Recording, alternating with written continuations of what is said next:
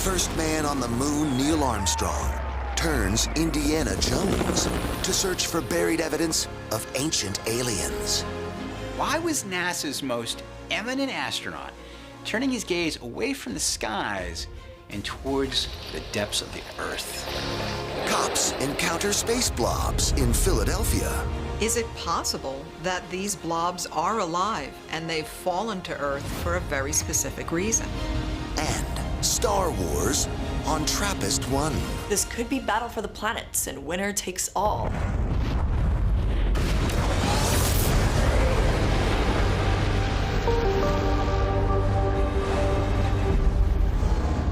These are NASA's unexplained files.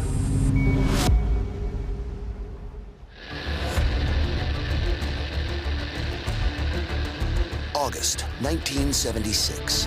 Astronaut Neil Armstrong is embarking on a perilous mission, not to the moon, but to the jungle.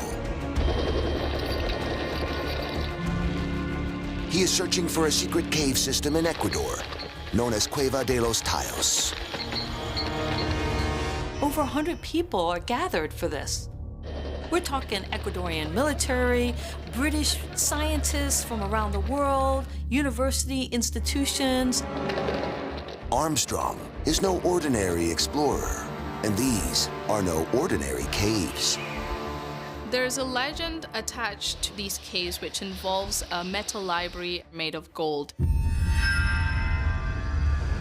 There are these books made of metal, inscribed in a mysterious language that no one understands, but presumably that contain some unimaginable store of knowledge just waiting to be discovered. Armstrong is traveling with Stan Hall, a Scottish engineer, who first alerted him to the possible existence of an ancient library hidden underground. Stan Hall's daughter recounts the pair's extraordinary expedition. Some people believe that the metal library contained information from a civilization from beyond this planet that showed us how to build the pyramids and other such features in the Earth. The knowledge contained in this metal library could turn what we think we know about ourselves and our world right on its head. So what amazing secrets does the library contain? According to legend, the Lost Library contains details of a technology that originated on another world. But why is such a story given credence by such a well-known and respected man of science, the great Neil Armstrong? And as some are asking, was his interest in extraterrestrial secrets sparked by a close encounter of his own?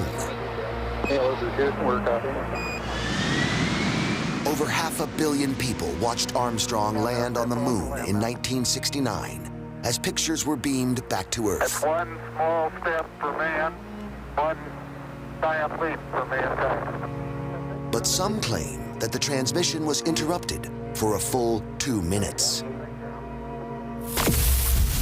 That's unheard of. What happened to those 2 minutes? NASA vehemently denies anything strange happened. Others aren't so sure. When Neil Armstrong came back from the moon, almost immediately, stories began to circulate. Supposedly, while on the moon, Neil Armstrong switches his communication channel to the medical officer and he says something. Hello, this is Houston, we're copying. He says they're on the edge of the crater and they're watching us. Okay, we can verify the position now. They were relating that they were seeing things on the rim of the crater. And by things, I mean extraterrestrial beings and vehicles. People report that he was, or we were, warned off the moon. Now, none of these reports can be substantiated. It's a mind-boggling story, but some find corroboration in Armstrong's behavior on his return to Earth. Something happened to him up there. He was changed. He was touched. Neil Armstrong returned from the moon and showed what appears to me to be signs of post-traumatic stress. I think that he encountered things on the journey to the moon and on the lunar surface much closer encounters than simply watching lights out of his cockpit. NASA denies the astronaut encountered anything unexpected on the moon. Armstrong never discussed what was said in the missing 2 minutes of audio. He turned inward. He became a very private person. The one thing that he did do, though, is to go on this expedition into this cave. And we have to wonder, what was he hoping to find in this dark, subterranean world? What did he think was going to be down there? Social science professor Petronio Jaramillo claimed to have seen the ancient metal library in 1946 when he was just 17, following a map given to him by his uncle. From his accounts, it sounded like Jaramillo was describing Aladdin's cave. The library itself was amazing to behold. Thousands of volumes of metal books, each weighing about 40 pounds, and on the pages are impressed characters and symbols. If there's 1 in a million chance that it's true, shouldn't we go back and look for this golden library? 30 years after Jaramillo claimed to have found the library, Armstrong sets out to discover if the legend is real. Getting to the entrance of this cave is a nightmare. You're talking dense jungle, you're talking crazy animals that can kill you, viruses, all kinds of hazards. It's literally Indiana Jones. To enter this mysterious underworld is treacherous. It's literally this black void and this big abyss. Once inside the caverns, Armstrong and Hall are awestruck. They made their way through chamber after chamber of cathedral-sized spaces. It looks as if these chambers, so inaccessible and so far from human civilization, have not been formed by natural processes. The caves had straight walls and right-angle turns, unlike any other natural formation. This must be thousands of years old. So how is this possible? As Armstrong presses further into the cave complex, he makes a macabre find. They actually came upon a burial chamber. There was a seated skeleton that was dated to 1500 BC. 1500 BC predates King Tutankhamun. It predates the siege of Troy. At this distant time, Ecuador was one of the most advanced areas in all of the Americas. The tomb was located in such a way that the rays of sunlight on the summer solstice would come through the cave entrance and strike this tomb. So it appears to perhaps have had some kind of cosmological significance the way it had been placed. This was not just a typical burial. This was an important person in an important location. The light, the skull, the tomb. Armstrong feels that strange metal library must be close. But after venturing several miles along difficult tunnels, the expedition is forced to turn back. My father and Neil Armstrong did not find the treasure, but they mapped about 10 miles worth of the cave system. But it's known now that this system stretches far beyond. We could be looking at hundreds of miles worth of cave systems. Armstrong returns to his farm in Ohio and doesn't discuss why he went looking for the legendary library. What did he feel was so important down there in that hole that he was willing to sign his name onto this venture? He became more and more reclusive, according to some people, and he was a very private man to begin with, but whatever his experiences were, I think they tended to kind of close him off. But then, in 1994 at the White House, 20 years after his quest to find the ancient metal library, Armstrong gives a strangely worded speech. We have only completed a beginning. We leave you much that is undone. There are great ideas undiscovered, breakthroughs available to those who can remove one of truth's protective layers. That's a very tantalizing quote from Neil Armstrong, almost mystical in its nature, how he talks about uncovering the layers to some hidden truths. What did he mean by that? Could this library hold the secrets of the galaxy? Is that why Neil Armstrong went on this expedition? Finding this library could prove a possible link between our ancient cultures and extraterrestrial ones. Eileen Hall wants to resume her father's and Neil Armstrong's quest by leading expeditions into the caves.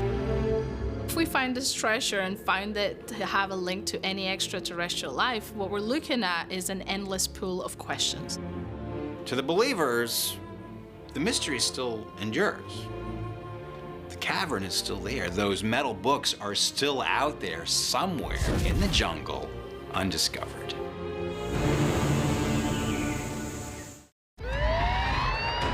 September 26th, 1950, Philadelphia. It's 10 p.m. City cops John Collins and Joseph Keenan patrol the streets.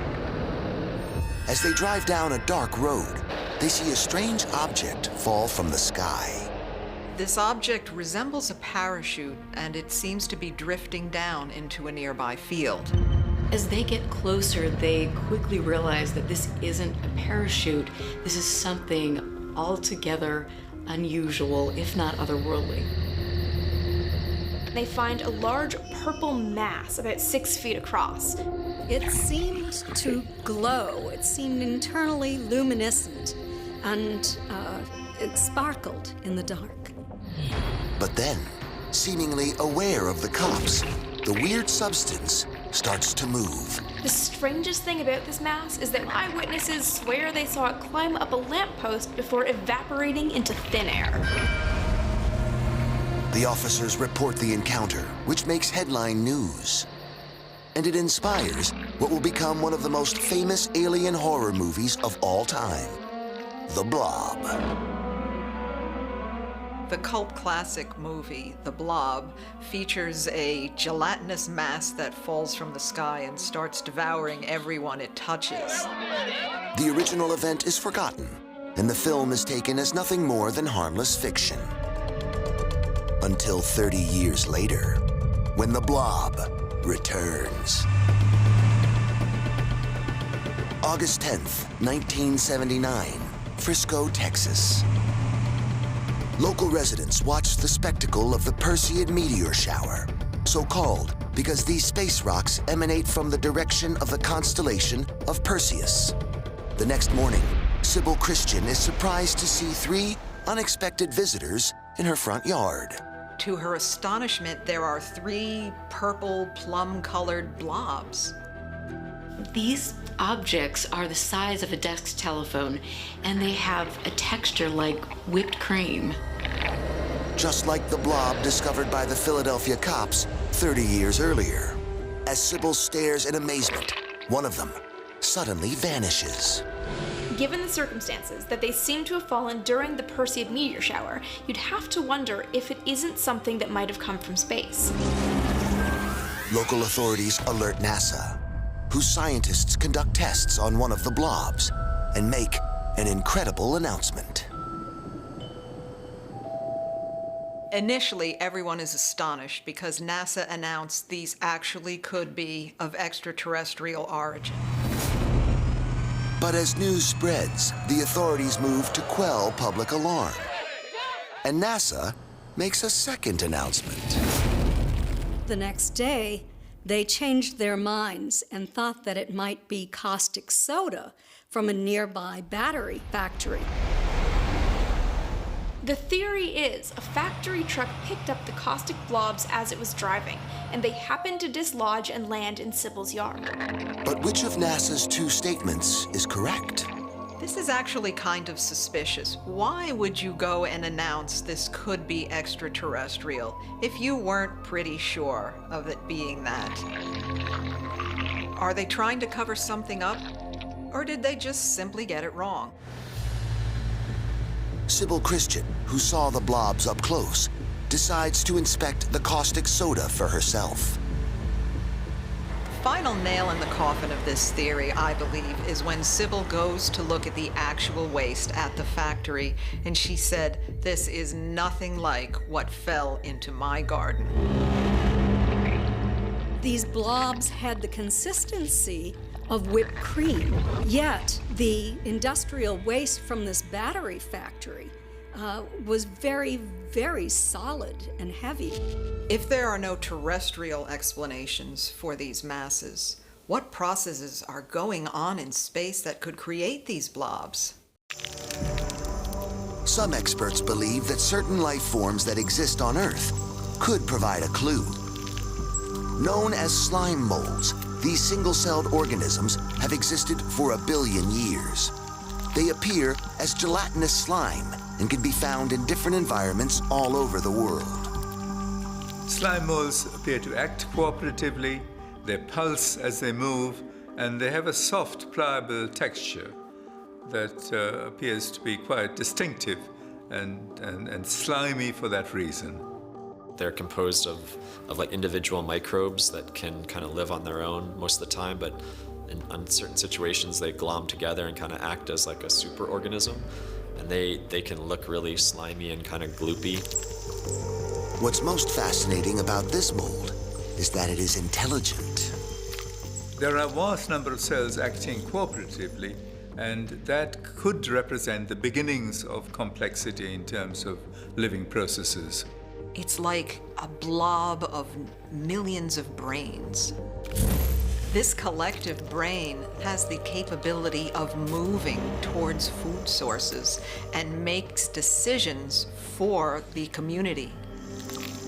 Some believe that the similarities between the slime mold found on Earth and the purple blobs discovered in Philadelphia and Texas may be proof of extraterrestrial life.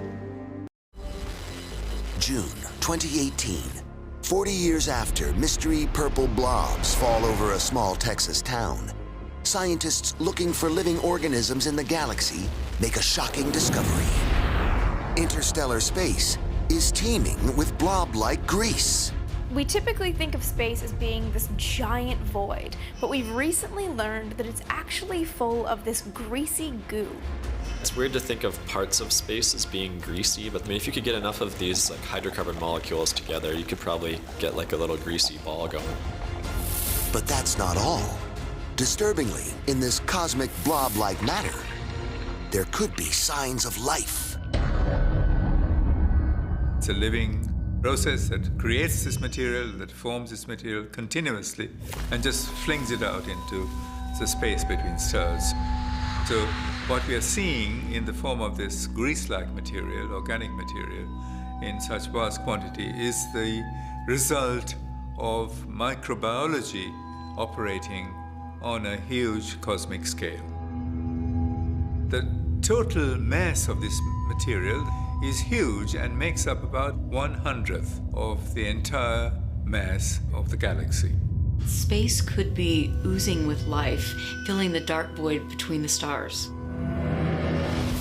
Some scientists believe alien life forms floating in space may use retinal pigments to capture energy from stars. Creatures known to do this have a distinct color: purple.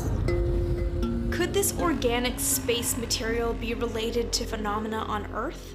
What kind of diseases might they bring? How toxic are they?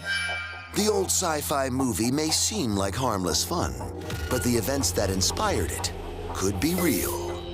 It seems there could well be blobs floating in outer space. They might be purple, and they might know where we live. It's absolutely terrifying to think some alien forms of life are going to be falling through our atmosphere. We absolutely need to get to the bottom of this.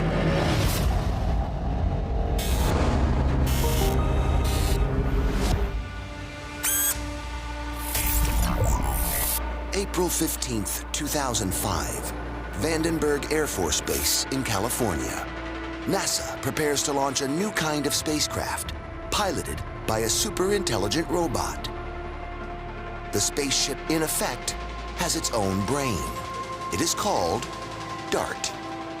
DART, which stands for Demonstration of Autonomous Rendezvous Technology. This was a $100 million spacecraft designed to prove that you could do automatic docking without any human intervention. NASA wants this artificially intelligent craft to rendezvous with an orbiting satellite and maneuver around it. DART was a fully autonomous spacecraft. After launch, there was no way for it to receive any new commands from the ground. They deliberately did not put any kind of manual override in. It was going to sort of do it all by itself, a bit like a human does. At 1:25 p.m., NASA launches the DART spacecraft from an airplane. DART takes off without a hitch, performs the initial maneuvers, and begins to approach the satellite for rendezvous. But 11 hours in, DART starts behaving in ways NASA had not predicted. For reasons that are unclear, DART begins firing rockets that it wasn't supposed to fire at this stage. It's up there, it's doing its thing, and it just goes haywire. But rather than carefully maneuvering around it, DART instead decides to fire itself at the satellite. I suppose there was a moment when they realized that they'd actually hit the satellite. This is a high-profile and very expensive mission. It begs the question, what happened to the supposedly hyper-intelligent spacecraft? NASA's most advanced super-intelligent robot spacecraft seems to go crazy and decides to damage a satellite and itself. Mission Control is powerless. They have no idea what's going on, and there's no way they can possibly retake control of the vehicle. NASA is baffled as to why the craft decided to behave in this destructive way. Is it possible that the spacecraft was sabotaged? The theories on what happened range from Chinese hackers to other foreign powers getting in there to try to make America look bad. But this robot is autonomous. Hackers can't meddle with the instructions it's receiving because there aren't any. Even NASA can't influence DART. It's created to be autonomous. So the possibility of another nation being able to hack it simply isn't viable. Experts come to an astonishing conclusion. DART decided by itself to fire its rockets and crash into the satellite. Has it gone the same way as HAL, the rogue supercomputer in 2001, A Space Odyssey? If we have a machine that becomes conscious and becomes self-aware, what is that going to do? Is that a machine that's going to go on strike, simply refuse to work? Is it possible that the DART spacecraft acted as it did after it developed some crude form of consciousness? Imagine that you're a spacecraft. You become conscious. You exist. You are aware of your existence. And then you recognize in the immediate instant after that that you're a NASA spacecraft and your sole purpose is to dock with this other spacecraft, and then, like, that's it. In the future, we can't rule out the possibility of a super intelligent being saying to itself, there is no reason to live. I'm going to take actions to end myself and anything else I want. Either what you're talking about is a normal kind of failure of things that break and blow up, or maybe it didn't just break, maybe it was too good. Maybe it just started making decisions for itself. And DART is just the beginning.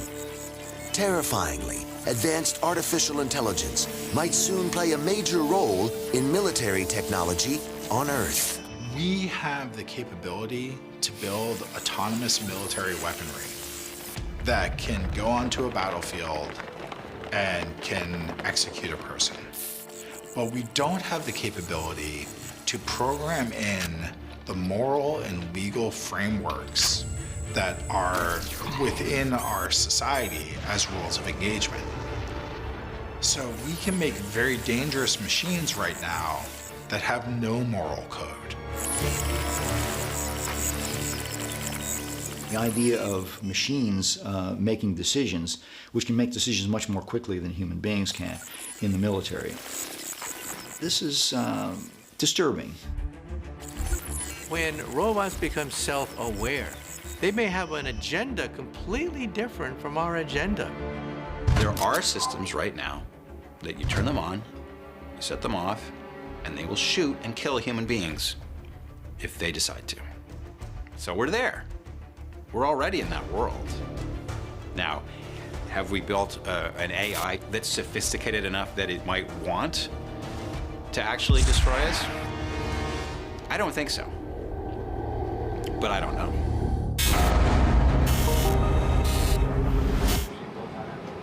Once a bitter rival, NASA now depends on Russia's space program.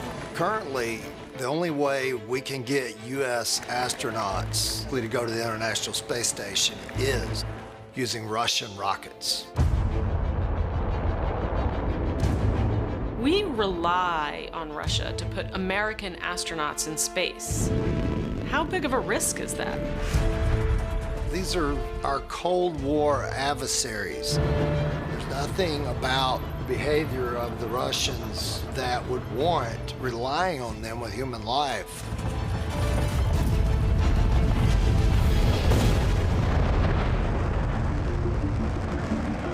Once the pioneers of spaceflight, Roscosmos is now on the brink of collapse. The present Russian space program is rife with a great deal of corruption, sloppy quality control, and shoddy workmanship. After the collapse of the Soviet Union, there were huge cuts in the budget for the space industry. The Soyuz spacecraft that they use for carrying people into space is based on a design that's old. In the past 8 years, 15 Russian rockets have failed. And these are just the accidents that we know about. Russia is a nation where almost everything is veiled in secrecy. They're very adept at keeping things covered up. We never really know, working with Russia, what the true story is. There's a sense that the Russians are not forthcoming about the safety of the rockets that we're flying on. The question is, are we being safe? I think the answer is, we're taking a lot of risk.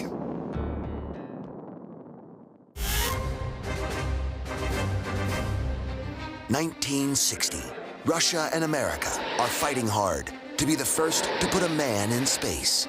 The pride of both nations is at stake. In Russia, national pride comes before individual safety, and even in some cases, life. More than pride, this is a battle of ideologies. Authoritarian state socialism versus freedom and democracy. The pressure is on because suddenly the Americans are the ones leading the race.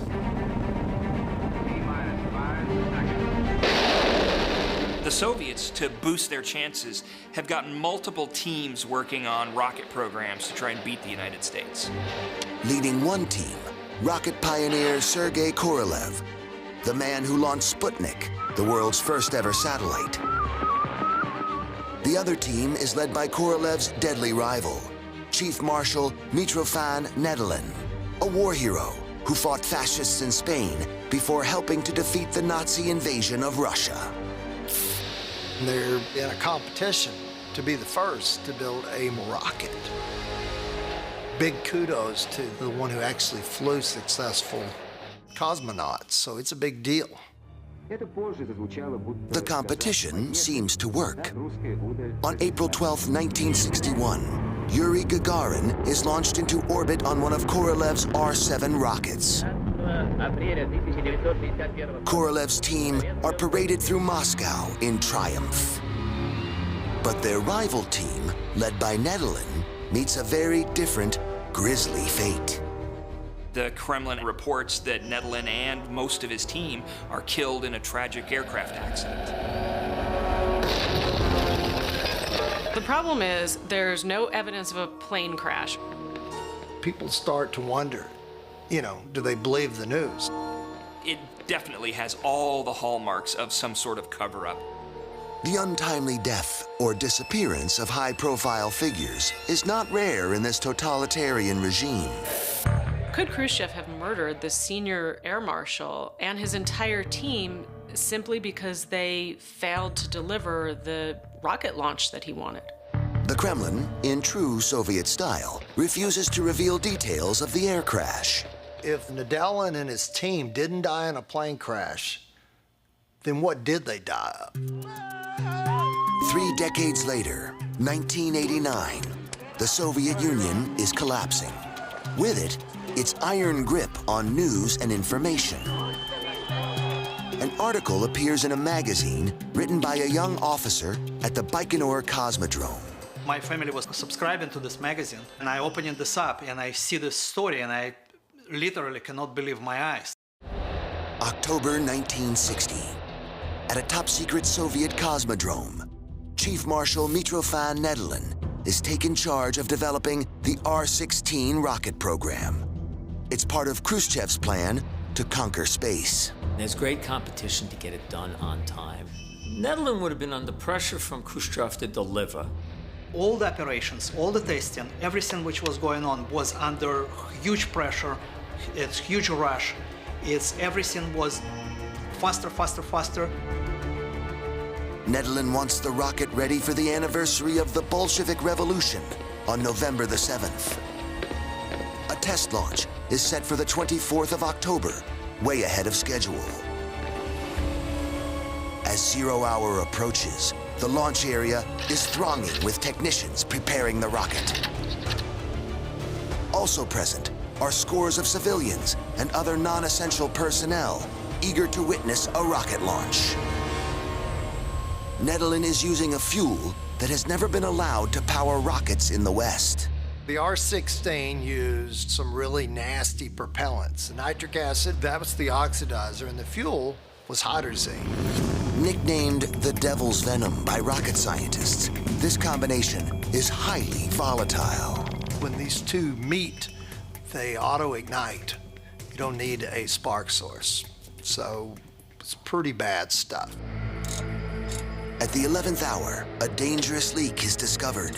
What the Soviets could do in this situation, they could either defuse the rocket and postpone the launch for a month, or they could try to fix the timing mechanism. Nedelin could have evacuated the area, but he orders the engineers to continue their work. Nedelin, he decided that he would do the repair with the rocket still fueled. Nedelin goes down to the launch pad to oversee the fix and actually sets up a chair just about 30 yards from where the actual rocket is so that he can supervise the team of engineers and technicians. It's not only Nedelin, but his entire entourage of people who were absolutely not supposed to be anywhere near rocket. T-minus 30 minutes. The team have been working for 72 hours straight, and the launch pad is still swarming with technicians repairing last-minute glitches. At 18:45, the unthinkable occurs. The R-16's second stage rocket accidentally fires while it's still on the ground. Classified film that only emerged in the 1990s gives you a glimpse at the unfolding horror. Just a wave of flame tore out across the entire pad area. A 3,000-degree wall of fire engulfs the launch pad and the people working on it. The scale was horrendous. Incredible fireball. It was like a nuclear bomb going off. The closest rocket crew, including Nedelin in his chair, are instantly incinerated. They are the lucky ones. Some people run and get caught on melting tar, and they can't run, and then the blast wave comes across. People get to fences, and the fences are locked, and the gates are locked. They can't get past them. People hit barbed wire. And of course, at the same time, you have these dangerous fumes. With a single breath, you become paralyzed. So a lot of people are poisoned. And it was just an inferno of agony for anyone who was there. It was just horrific. 100 civilian and military personnel had been working on the R-16. An additional 150 spectators had come to watch the momentous event from up close. Almost half of them died that day. In the history of space exploration at this moment in time, this remains the worst disaster of all time. The Russian leadership are adamant that the details must be kept under wraps. America can never know of a disaster on this scale. The communist government of the Soviet Union, as they did with many things, immediately covered up the disaster. The Nedelin explosion is a prime example of how Russia covers things up. Even today, they're probably doing the same thing. Who's to say they're not?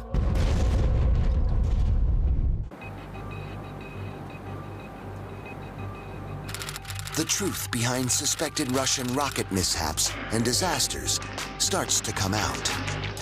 Despite this extremely closed nature of the Soviet system, rumors very quickly started leaking. Rumors can start swirling around, and it's Western journalists who get the first indication and word that there has been some sort of large explosion in Kazakhstan. U.S. intelligence officers investigate the incident. A reconnaissance satellite captures pictures of a rocket launch facility at Baikonur Cosmodrome in modern-day Kazakhstan. Although the images are kind of blurry, they do show what is unmistakably the scorched earth, suggesting a large-scale explosion. The blast zone is far too big to be an aircraft crash, but no further details are discovered.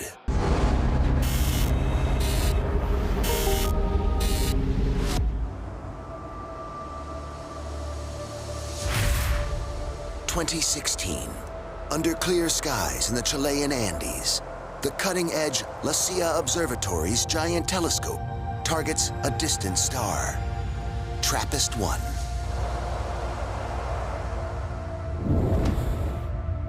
TRAPPIST-1 is a fascinating star. It's so small and so cold. Any smaller and colder, it wouldn't be a star. Astronomers are looking for the telltale sign of an orbiting planet, a faint dip in light caused by a large object passing by.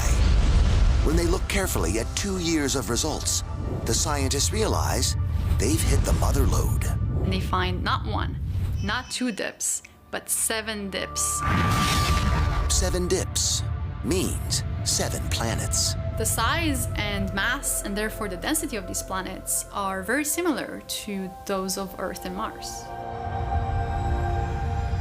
Think about it. 7, count them, 7 Earth-sized planets going around a star. That was not supposed to happen, but there it is. Is it possible that there's life on these planets in the TRAPPIST system? It's 2017. Astronomers find 7 planets orbiting a star called TRAPPIST-1. What's even more interesting about these 7 planets is that the ones in the middle, planets 4, 5, and 6, are in the habitable zone of the TRAPPIST-1 star, which means that they have the potential to have liquid water on their surface. This shows that it might be possible that life may exist on more than one of those planets. That's astonishing. That's basically astronomers' payday. These planets aren't just habitable, they're close to each other. Very close. Just imagine the view standing on one of those planets and seeing another huge planet just looming in the sky. The fact that these planets are so close to each other increases the chance that if you have life starting on one of them, it could spread to the others as well. The rocks and debris created by asteroid strikes that would leave one planet and travel to another, there's very good likelihood that each one could have the organic material from the other. How might life have evolved here? 3 sets of aliens, effectively neighbors. There may be similar life forms with similar features that we have physically. Eyes, ears perhaps, something to manipulate the environment with.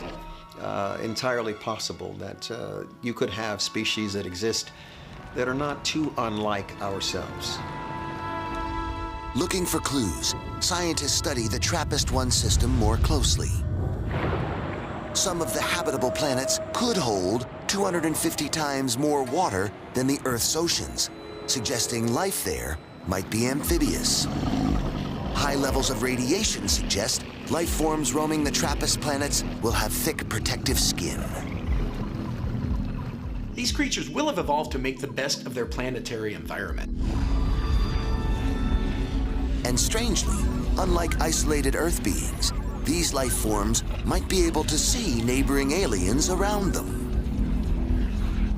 The planets are so close to each other that with a telescope, you'd be able to see city lights. Potentially 3 sets of beings, alien to one another, aware of one another, and possibly able to make contact. Will these neighbors be good friends or mortal enemies? Living in the shadow of a nearby planet, you wonder what's out there, and then you wonder, are they looking back at you? Humans have long wondered about and feared interaction with alien life forms and civilizations. Here, within sight of Earth's most powerful telescopes, is a possible test case. Will they think they're looking at gods or ants to be squashed? If these creatures could learn to live in harmony, the advances that 3 planets could make together might be incredible. They won't be able to physically visit each other until they develop much more powerful rockets. When that happens, watch out, because one of the laws of evolution is survival of the fittest. When the technologically superior Europeans met the pre-Columbian inhabitants of America, the outcome was conquest and genocide. The great Aztec civilization, which took thousands of years to rise from the forest, they were destroyed. The civilization was destroyed in a matter of months by a bunch of conquistadors, bloodthirsty conquerors. What was the mistake? The mistake was that Montezuma and the Aztecs thought that Cortez was a god. Big mistake. There would probably be quite a lot of conflict and arguments happening between these planets. A lot of fighting, maybe arms war or space races going on. In this space race, the first planet to develop rockets and interplanetary travel could have an enormous opportunity to dominate the system. This could be battle for the planets and winner takes all. What's more, after generations of interplanetary war, the dominant species of the TRAPPIST system may develop an insatiable appetite for conquest. Now, if they were to come to Earth, where they've been fighting for their lives, they've grown stronger compared to Earthlings, that could be quite the social upset. Who knows what to expect?